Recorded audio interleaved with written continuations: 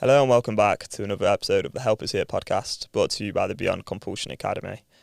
For me, one of the worst things about being in a porn addiction is the way in which it led to me looking at certain categories, things like Sissy content, Femdom content, and the way I felt after watching those things was dark. I mean, it was really, really bad. I would literally be walking around and I'd be like bumping into people. I'd be like so lost in my own mind. It's like I was just in this different world entirely, and I just didn't feel like I was in reality. I'd be talking to somebody and all I could think in my mind, like while I'm having a conversation with them, is, do they know? Like, can they tell that I've just looked at this content? And I would just be filled with so much shame, regret. It's like every cell in my body was just filled with disgust for myself.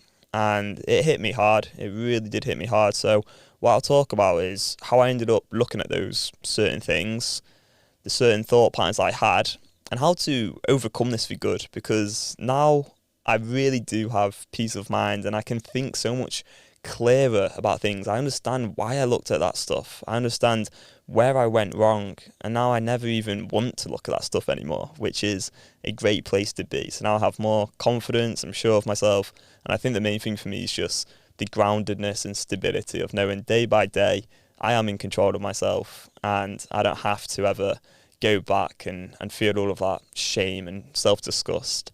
So the first thing I will say is, what happened for me is I was in an addiction. I was addicted to porn. And when you're in an addiction, you have what we call junkie thoughts. So they're any junkie sort of excuse, rationalization, justification to engage in your compulsive behaviour. Now, one of my junkie thoughts a few years ago at some point was, okay, if I look at this content that's maybe on Instagram or on YouTube, well, that's not porn because it's not on a porn site. So because it's not actually got like naked people having sex, it's okay. That was the rationalization that I had. And so what I would do is I'd go on Instagram and I would type in certain hashtags, and then I'd go from like one hashtag on a photo to another, and then it'd lead me down this rabbit hole where next thing you know, I'm basically looking at the most sexual, the most degenerate content that I can possibly find on Instagram, with this illusion in my mind that, oh, well, this is okay, this isn't porn. So that led me to looking at these Sissy captions. It was basically photos of quite attractive looking women with these captions basically saying that you want to like dress up as these women and then have sex with men. So it was really focused on trying to turn heterosexual men gay. And I'm not going to lie, that personally was very confusing for me. Like, why was I looking at that sexual content? But now I understand it all so much better. What was going on is it really did just heighten my arousal at the time. It was kind of this thought of like, I'm looking at something I shouldn't be looking at. And it really destroyed my mental health, to be honest with you. It honestly did. It was one of the worst things for me. The other thing that I looked at was a lot of the Femdom content on YouTube. So again, this illusion that, well, it's not really porn because it's on YouTube. You know, everyone goes on YouTube. This is all right? So I'd end up looking at this jerk off instructions videos and Femdom content.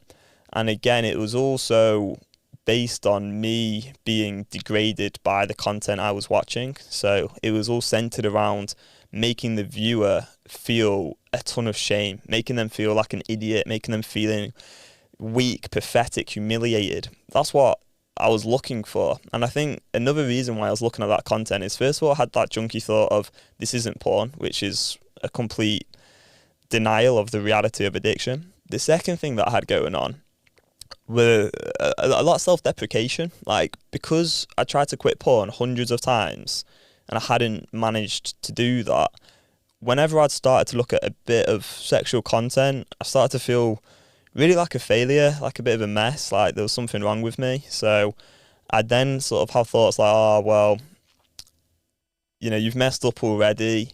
Maybe this is just who you are. Or things like, you know, you deserve to be punished, basically. Like, you deserve to be punished for already looking at sexual content and messing up. And because of that, I'd seek out content which would basically destroy my mind even more. And I'd have this mixture of anxiety, norepinephrine being released, combined with the sexual arousal, and it was just a complete concoction of different neurotransmitters. Like, it was just a complete mess. It was a complete mess, to be honest with you. And yeah, it honestly did destroy my mental health. Like, the amount of confidence I had left after choosing to look at that content, I don't think there was any confidence left. It was gone. I was depleted. I was the shell of the man that I usually am. I was like a different person after one of those sessions. So I want to get across, the first thing is that if you're looking at any content like that, it doesn't mean there's anything wrong with you. It's not about your sexual desires.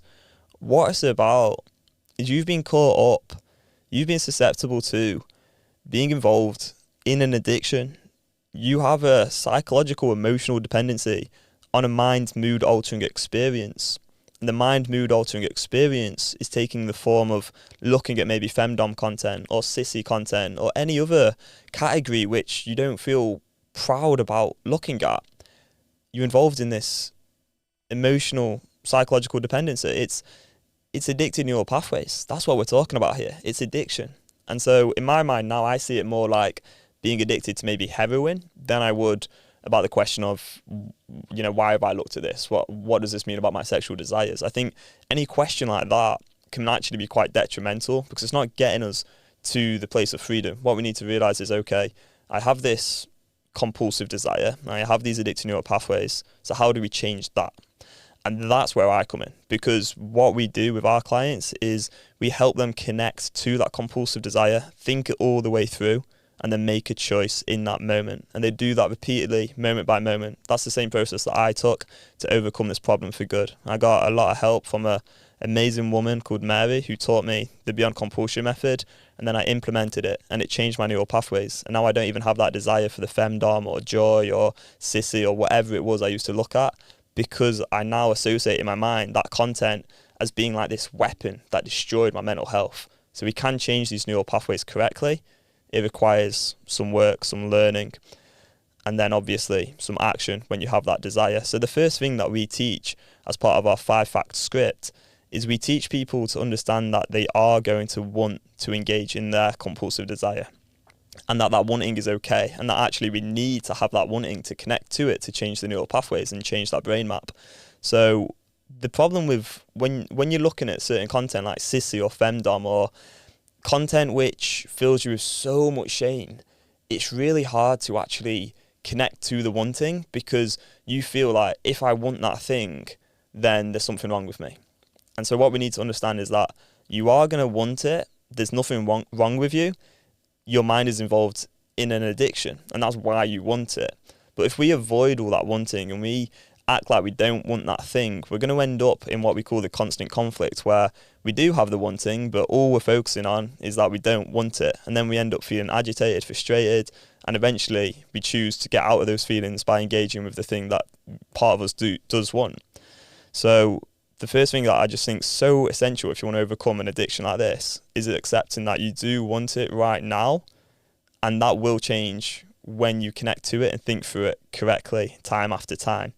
And there's nothing wrong with that wanting. It doesn't mean there's anything wrong with you. It doesn't mean you actually truly want that stuff. What you have is like an addiction in the way. So maybe like right now, the addicted part of your mind wants it, but like the rational you, yeah, sure. I appreciate the rational you doesn't want it, but we have to deal with the addiction first before we can actually be back in that rational place of realizing, yeah, I actually don't want that stuff for me anymore. So hopefully this short podcast video can help you. Hope you know you're not alone in this. And if you would like more support in overcoming an addiction like this, then you can get help from me and my mentor, Mary Paulus. I'll leave a link in the description. Thanks so much for watching or listening, and we'll see you in the next one. Bye-bye.